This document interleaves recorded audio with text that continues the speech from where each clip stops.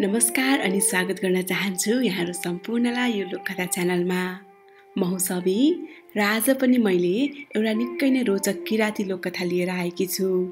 कथाको शीर्षक रहेको छ भूपतिहाङ। यस कथालाई मैले शिवकुमार श्रेष्ठज्यूको किराती लोककथा सङ्गालोबाट लिएकी हुँ। आउनुहोस् कथा सुनौ। उहिलेको कुरा हो, मिक्लाजुङको फेदीमा भूपतिहाङ र भूपतिहाङमा नाम गरेको राजा रानीले राज्य गर्थे। मिक्लाजुङदेखि पूर्व चुल्हाचुली भन्ने ठाउँमा कुसुन्दा राजा, राजा नामयाङहाङ र पाङ्गोहाङ राजाका राज्यहरू थिए। ती राजाहरू भूपतिहाङ राजाका समकालीन थिए। राजा कुसुन्दा भने अविवाहित भएकोले एक दिन भूपतिहाङ र भूपतिहाङमाले 5 जना छोरीहरू मध्ये एकजना छोरीको विवाह उनीसँग गरिदिने विचार गरे र उनीहरू राजाबाटामा गएर आफ्नो इच्छा व्यक्त गरे। कुसुन्दा राजा भने सबै राजाहरू मध्ये सबैभन्दा गरिब थिए। राजाको मनसाय बुझिसकेपछि भूपतिहाङ राजाले सबैभन्दा पहिला आफ्नो जेठी छोरीलाई बोलाए अनि सोधे, छोरी, कुसुन्दा राजा तिमीसँग विवाह गर्न चाहन्छन्, तर उनी गरिब छन्। के तिमी उनीसँग विवाह गर्न राजी छौ? त्यसपछि जेठी छोरीले जवाफ दिइन्, बुबा, म कुसुन्दा राजासँग विवाह गर्न राजी छैन। यसरी नै भूपतिहाङले क्रमशः माइली, साइली र काइली छोरीहरूलाई बोलाएर सोधे। उनीहरू सबैजनाले कुसुन्दा राजासँग विवाह गर्न इन्कार गरे। त्यसपछि अन्तमा भूपतिहाङले आफ्नो कान्छी छोरीलाई बोलाएर सोधे, छोरी, कुसुन्दा राजा तिमीसँग विवाह गर्न चाहन्छन्, तर उनी गरिब छन्। के तिमी उनीसँग विवाह गर्न राजी छौ? त्यसपछि कान्छी छोरीले जवाफ दिए, बुबाको जो विचार। त्यसपछि भूपतिहाङले आफ्नो कान्छी छोरीको विवाह सुकुन्दा राजासँग गरिदिए अनि आजको 5औं दिनमा कलियाली रित बुझाउन आउनु भनी आदेश दिए। त्यसपछि सुकुन्दा राजा आफ्नो दुलहीलाई लिएर घरमा आए र ढोकाको दुईतिर पानी भरिएको गाग्री र त्यसमाथि कलश र कलशमाथि फूलहरू राखी सेतो कपडामाथि दुलहीलाई हिँडाएर उनले दुलही भित्राए। यसरी विवाह भएको 5औं दिनमा सुकुन्दा राजा कलिया र अरू साथीहरूलाई लिएर रित बुझाउन भनी ससुराली गए। रित बुझाउन जानु अगाडि सुकुन्दा राजाकी दुलहीले आफ्नो लोग्नेलाई भनिन्, हे सुकुन्दा राजा, रित बुझाउन जाँदाखेरि मेरो बाबुले हजुरलाई के दाइजो लानुहुन्छ भनेर सोध्नुहुनेछ। त्यस बेला हजुरले के भन्नुहोला भने, मलाई अरू केही चाहिँदैन, केवल बाबुको 8वटा धनुकाँड भए पुग्छ भनेर भन्नुहोला। सुकुन्दा राजाकी दुलहीलाई आफ्नो बाबुका ती 8वटा धनुकाँडबाट असङ्ख्य धन सम्पत्ति प्राप्त गर्न सकिन्छ भन्ने कुरा थाहा थियो। उनी पशुवाक्य पनि बुझ्थिन् र भूत तथा भविष्यमा हुने कुराहरू पनि बताउन सक्थिन्। जब सुकुन्दा राजा कलियालाई अघि लगाई रित बुझाउन ससुराली गए, ससुरा भूपतिहाङले ज्वाइँ कुसुन्दालाई सोधे, ज्वाइँ, तपाईँ के दाइजो लिनुहुन्छ? सुकुन्दा राजाले नआत्तिकन ससुरालाई भने, बुवा, मलाई अरू केही चाहिँदैन, केवल तपाईँको 8वटा धनुकाँड भए पुग्छ। ज्वाइँको यस्तो कुरा सुनेर ससुराले भने, थुक्क, सुन चाँदी हिरा मोती जस्तो अमूल्य वस्तु दिन्छु भनी राखेको थिएँ, तर ज्वाइँले जाबो धनुकाँड पो माग्नुभयो। यति भनेर ससुराले 8वटा धनुकाँड दिँदै भने, लौ लिनुहोस्, यिनै धनुकाँडले तपाईँ आफ्नो जीविका चलाउनुहोस्। त्यसपछि दाइजोमा पाएको 8वटा धनुकाँड लिएर उनी घर आइपुगे। आफ्नो लोग्नेले यसरी धनुकाँड ल्याएको देखेर उनकी दुलहीले भनिन्, हे सुकुन्दा राजा, तपाईँ भोलि चुली पोखरीमा जानुहोस् र पोखरीको छेउमा एउटा टुङ बनाउनुहोस्। सुकुन्दा राजाले पनि भोलिपल्ट आफ्नो दुलहीले भने बमोजिम पोखरीमा गएर एउटा टुङ बनाई घर फर्के। घर फर्किँदा उनी भोकाएका थिए।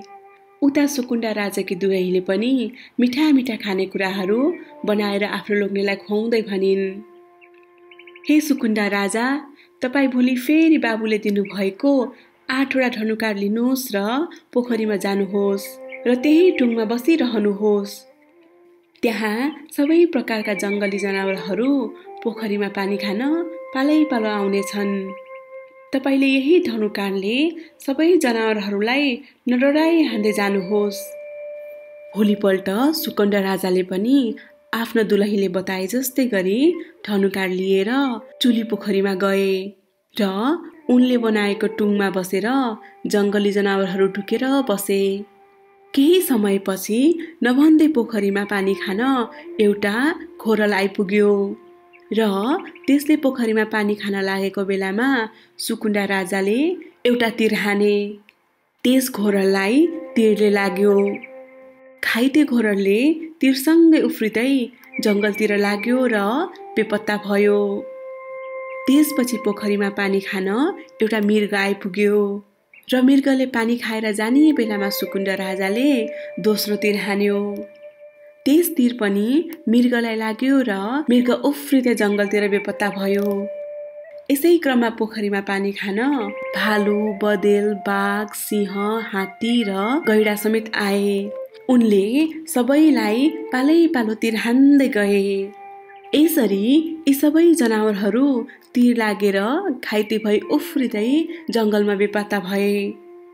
अब भने उता सुकुण्डा राजाको 8वटा तीरहरू समाप्त भयो र शिकारहरू पनि बेपत्ता भए। त्यसपछि उनी निराश भई फुस्रो अनुहार लिएर घर फर्के। दिनभरिको मेहनतले उनलाई साह्रै भोक लागेको थियो। भोकाएका आफ्ना लोग्नेलाई खानपिन गराएपछि उनकी दुलहीले सोधिन्, हजुर, आज धनुकाँड लिएर चुली पोखरीमा जाँदा के भयो त? किन हजुरको अनुहार निकै न्यास्रो फुस्रो देख्छु नि? उनकी दुलहीको कुरा सुनिसकेपछि सुकुण्डा राजाले चुली पोखरीमा घटेको सम्पूर्ण घटनाहरू यथार्थ विवरण सुनाए।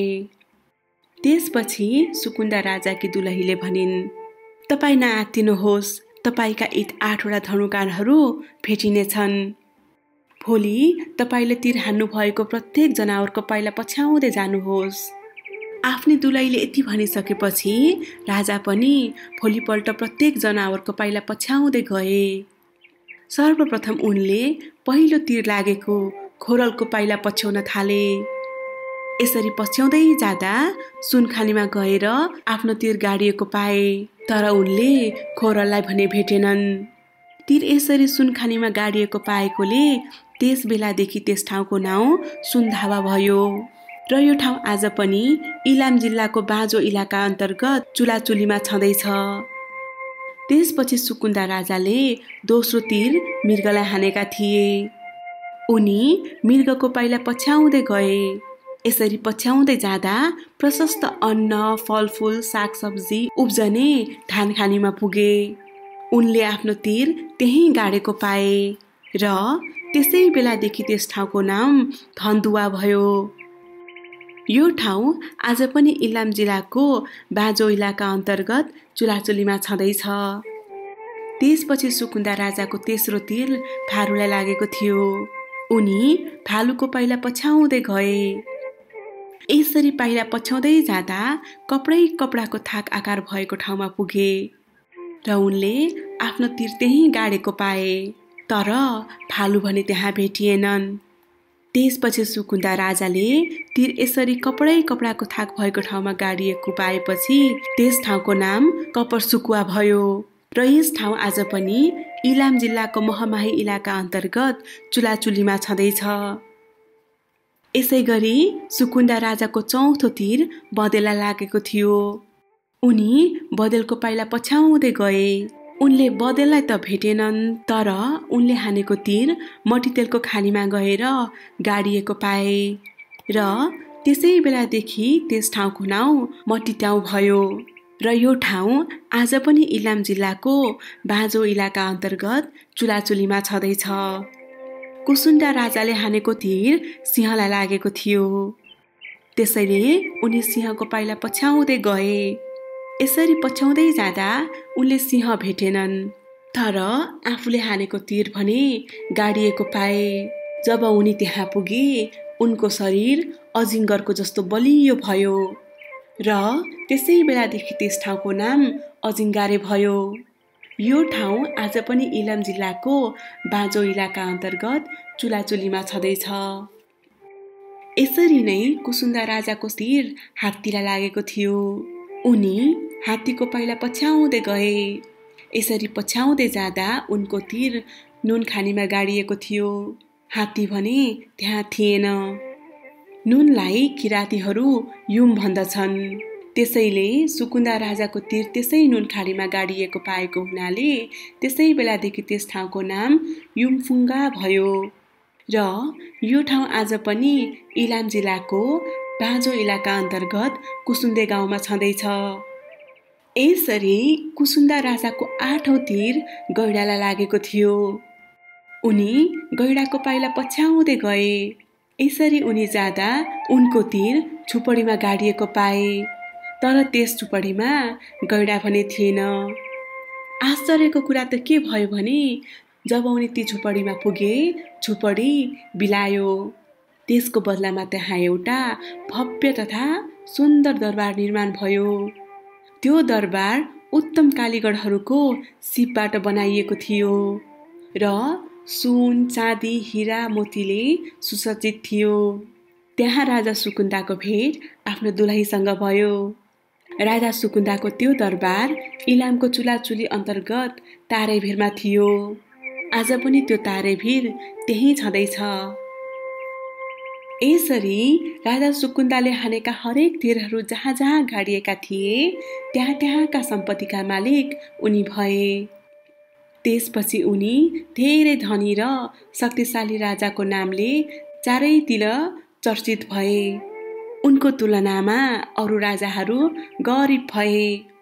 यसरी हिजोको गरिब तथा टुहुरो सुकुन्दा राजा अन्ततः धनी र शक्तिशाली भएको देखेर ससुरा भूपति हाङलाई ज्वाइँसँग ठुलो ईर्ष्या भयो।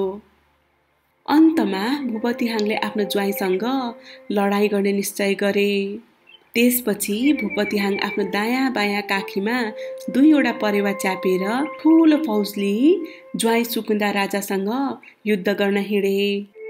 युद्ध गर्न जाने बेलामा उनले आफ्नो पत्नी भूपति हाङमालाई भने, यदि परेवाहरू फर्केर आएमा म मरेको ठान्नु र यी परेवाहरू फर्केर आएनन् भने मेरो लडाईँमा विजय भयो भनी ठान्नु। अनि त्यसपछि उनले फेरि आफ्नो दरबार नजिकैको खोला देखाउँदै भने, यही खोलाको छेउमा तिमीले धुनी जगाइराख्नु र यदि परेवाहरू फर्केर आएमा त्यही धुनीमा तिमी सती जानु। यति भनेर उनी आफ्नो फौज लिएर ज्वाइँसँग युद्ध गर्न भनी हिँडे। यसरी जाँदा जाँदा फुङनाम टारमा पुगेपछि त्यहाँ लटरम्म पाकेको कोदका बालाहरूको झुप्पा उनको खुट्टामा अल्झियो। त्यसपछि भूपति हाङ राजा लड्डुमा ट्याम्मै लडे। यसरी भूपति हाङ राजा त्यहाँ लड्डुमा लडेकोले त्यसै बेलादेखि त्यस ठाउँको नाम लाडुम्बा भयो र पछि लाडुम्बा अपभ्रंश भएर लारुम्बा भयो। त्यो ठाउँ आज पनि इलाम जिल्लामा छँदैछ। त्यहाँ किराती धर्मगुरु श्री आत्मानन्द लिङ्गदेवज्यूले श्री किरातेश्वर शिवजीको मन्दिर स्थापना गर्नुभएको छ। यसरी भूपति हाङ त्यहाँ ड्याम्मै लडेकोले उनको काखीमा च्यापेर राखेको 2 परेवाहरू उडेर गए। त्यसपछि उनले शराब दिँदै भने, यस ठाउँमा अन्नको सह कहिले नहोस्। त्यसकारण आज पनि त्यस ठाउँमा अन्नको उत्पादन जति नै सुकै भए पनि अन्न सह भने कहिले हुँदैन भनेर स्थानीय बासिन्दाहरू विश्वास गर्दछन्। अनि भूपति हाङका ती 2वटा परेवाहरू उडेर उनकै दरबारतर्फ लागे। उनलाई के डर भयो भने अब भूपति हाङमा सती जाने भइन्। त्यसैले उनी आफ्नो फौज छाडेर आफ्नो दरबारतिर दौडे। तर आकाशबाट उडेर जाने परेवाहरू पहिले नै भूपति हाङमा भएको ठाउँमा पुगिसकेका थिए। भूपति हाङले आफ्नी रानीलाई यति मात्र भन्न पाए, ए भूपति हाङमा म मरेको छैन, म आउँदैछु, तिमी सती नजानु। तर परेवाहरू उडेर आउना साथ भूपतिहाङमा आफ्नो लोग्ने मरेको ठानी आगोमा हाम फालिन् र सती गइन्। त्यसपछि भूपतिहाङ पनि त्यही आगोमा जलेर मरे। भूपतिहाङमा सती गएको खोलालाई आज पनि सती खोला भनिन्छ र यो खोला मेची अञ्चल र कोशी अञ्चलको पान्थर जिल्ला र धनकुटा जिल्लाको दुदिम्बा गाउँ र 6 नम्बर बुधबारे गाउँको सिमानामा पर्दछ। यो खोला दक्षिणबाट उत्तरतिर हुँदै बगेर तमारे नदीमा मिसिएको छ। भनिन्छ अर्को जन्ममा भूपतिहाङ र भूपतिहाङमा दुवैजना चरा भएर जन्मे र त्यस चरालाई भूपति चरा भनिन्छ। लेकाली जङ्गलमा ती चराहरू भूककपति भन्दै आज पनि कराउँदै उड्छन्। यहाँलाई यो कथा कस्तो लाग्यो त? आशा छ मन पर्यो होला। यहाँहरूसँग पनि यस्तै रमाइला कथाहरू छन् र सबैजनासँग सेयर गर्न चाहनुहुन्छ भने मलाई पठाउन सक्नुहुन्छ। म अवश्य पनि वाचन गर्नेछु। कथाहरू पठाउनका लागि यहाँहरूले मेरो इमेल आइडी sabikakatha@gmail.com sabikakatha@gmail.com मा पठाउन सक्नुहुन्छ। हस् त आजको लागि भने यति नै। फेरि पनि अर्को नयाँ कथा लिएर आउनेछु। अहिलेलाई भने नमस्ते।